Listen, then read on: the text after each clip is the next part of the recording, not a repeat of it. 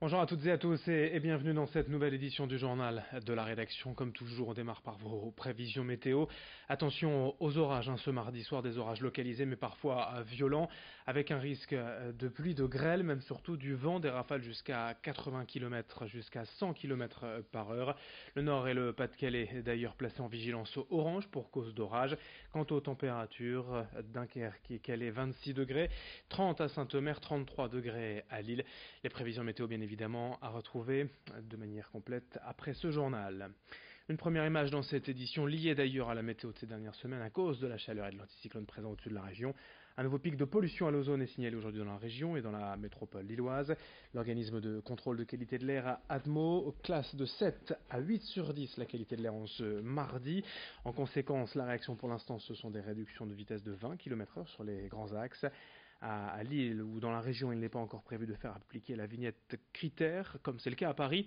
Mais en quoi exactement consiste cette pollution à l'ozone? Une définition avec un responsable technique d'Atmo Nord-Pas-de-Calais, au micro d'Auban Lemaire. L'ozone, c'est un polluant secondaire, donc qui est formé sous des températures très importantes et l'ensoleillement. Et il se forme à partir de polluants qu'on dit primaires, donc essentiellement trafic automobile. On a un épisode de pollution en ozone, donc au niveau d'information et de recommandation, donc c'est-à-dire qu'on dépasse un seuil qui est de 180 microgrammes par mètre cube. On enchaîne avec un rappel concernant les restrictions de consommation d'eau. Dans la région, le département du Nord a d'abord été placé en vigilance sécheresse le 23 juillet, puis en alerte le 31 juillet. Il s'agit du deuxième échelon sur 4 que compte cette unité de contrôle. 507 communes dans le département sont donc concernées par ces interdictions. Le Pas-de-Calais, lui, est moins impacté. La préfecture a pour l'instant émis un simple appel à la citoyenneté. Évitez donc de laver vos voitures ou d'arroser vos plantes pendant la journée, mais concrètement, rien n'est interdit. Autrement, dans le Nord, explication avec une responsable de l'agence de l'eau, joint par téléphone.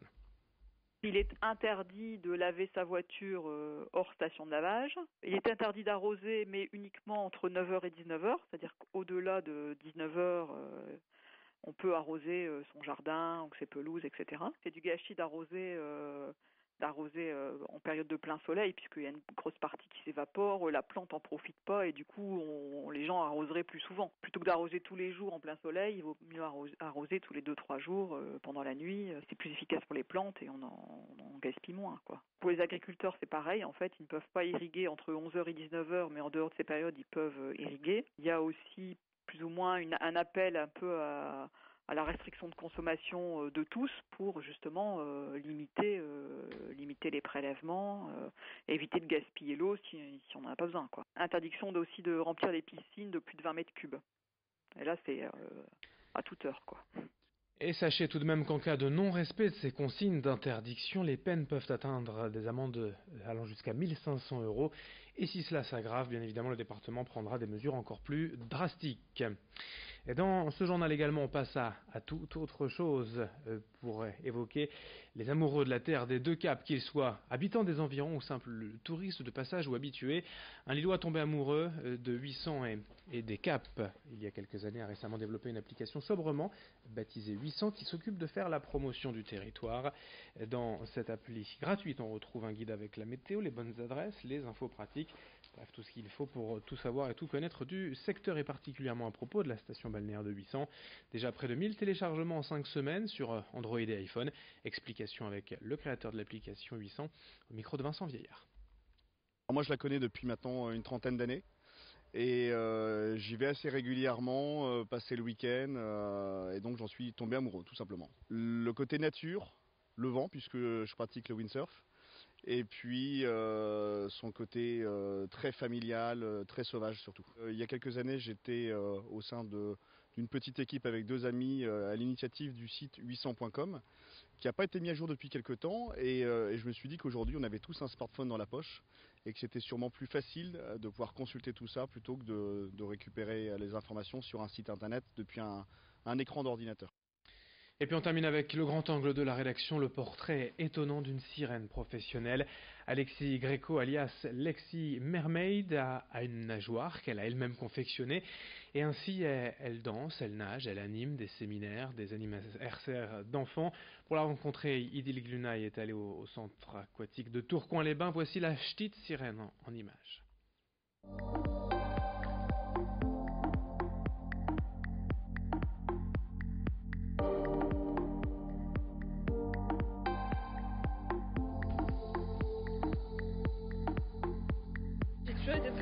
l'eau, et évidemment j'ai toujours aimé les sirènes aussi.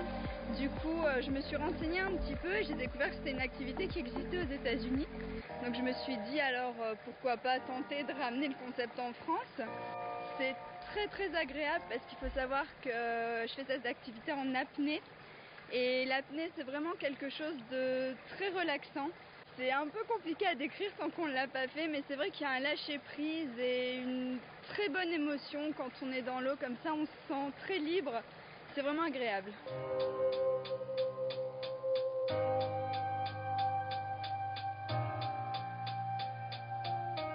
Pour avancer avec une queue de sirène, il ne faut pas d'aptitude particulière. Il faut juste savoir nager à la base et être à l'aise dans l'eau. Puis ensuite, c'est des exercices, il faut s'entraîner. C'est très physique, ça muscle beaucoup la sangle abdominale, les fessiers et les cuisses aussi. Je pense que le mermaiding, puisque l'activité de base c'est le mermaiding, c'est ouvert à tout le monde.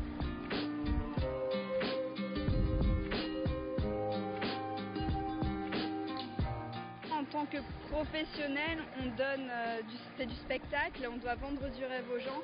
Dans nos mouvements, on doit toujours être élégante et puis avoir l'air naturel sous l'eau. C'est quelque chose qui n'est pas forcément évident puisqu'on n'a ni lunettes ni pince-nez.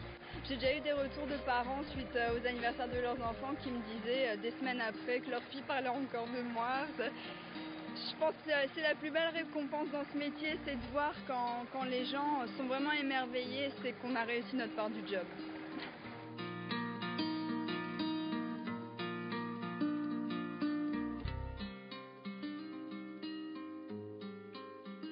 Et sur ces belles images, on termine ce journal. Je vous rappelle tout de même que le Nord et le Pas-de-Calais sont tous deux placés en vigilance orange pour cause d'orage. Attention donc en cas de déplacement ou si vous travaillez en extérieur ce mardi soir. Merci de votre fidélité.